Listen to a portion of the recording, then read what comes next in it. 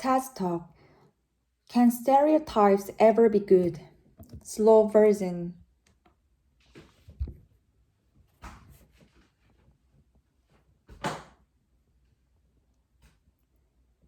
In 2007, researchers surveyed over 180 teachers to understand if they held stereotypes about students from three racial groups. The research surfaced several negative stereotypes, labeling Black students as aggressive and stubborn, white students as selfish and materialistic, and Asian students as shy and meek.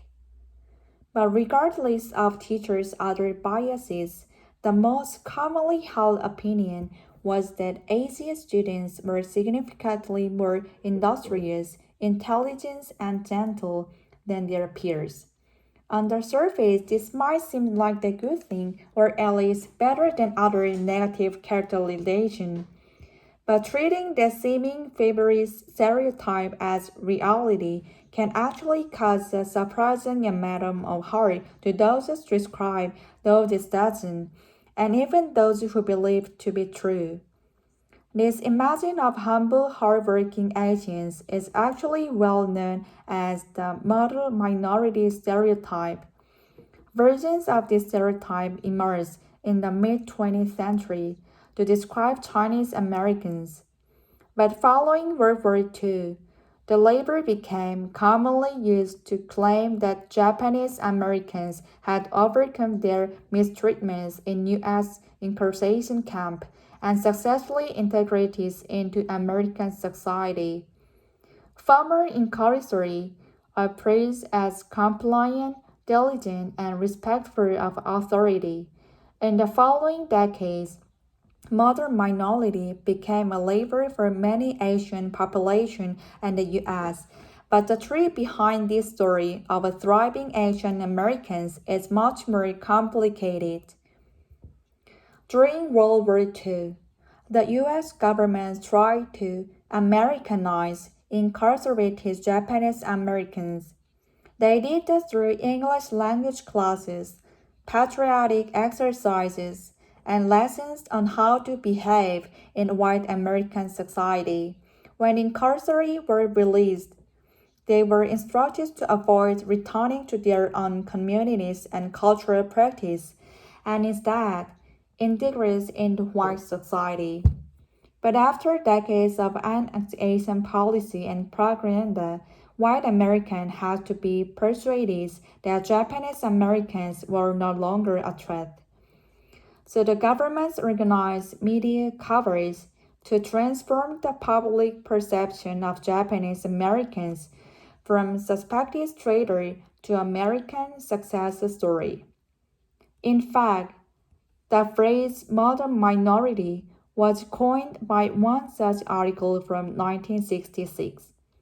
But this article, and others like it, didn't just cast Asian Americans as an obedient and respectful modern minority, they also criticized so-called problem minorities, primarily Black Americans.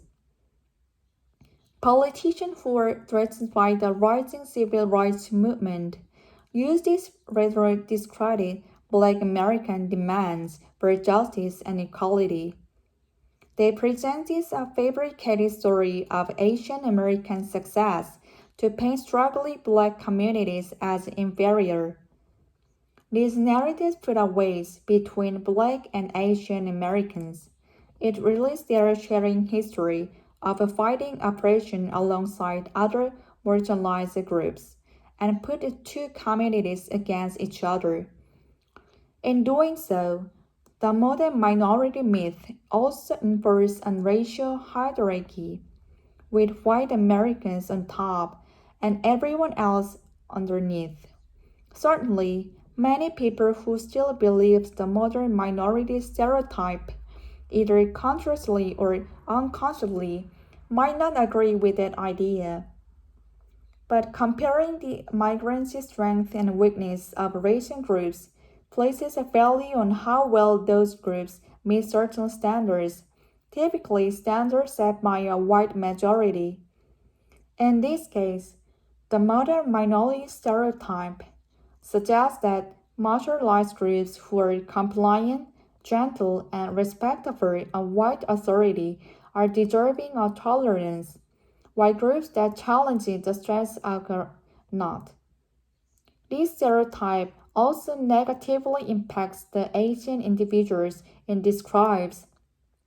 According to a psychological phenomenon known as stereotype threats, members of group often place pressure on their individual actions to avoid encouraging negative group stereotypes. But this phenomenon can occur around seemingly positive stereotypes as well. The pressure associated with living up to impossibly high standards can lead to poor performance, and teachers are less likely to notice when Asian students are struggling. Outside the classroom, social programs catering to Asian communities are frequently overlooked or cut because they are assumed to need less support than other disadvantaged groups. The favorite portraits created by this stereotype can also make it harder to recognize racially motivated violence and discrimination against Asian Americans. And since the stereotype clearly groups all Asians under the same umbrella, it impacts people with various backgrounds and unique histories of discrimination. So while the modern minority label might appear to benefit Asian populations at first, in practice, it works like every other racial stereotype. It reduces a group of people to one-dimensional image, and that single image hinders our ability to understand the history, struggles, and triumph of the individuals within that group. Acknowledging and challenging these labels is essential for building coalition across community and eliminating harmful stereotypes for good.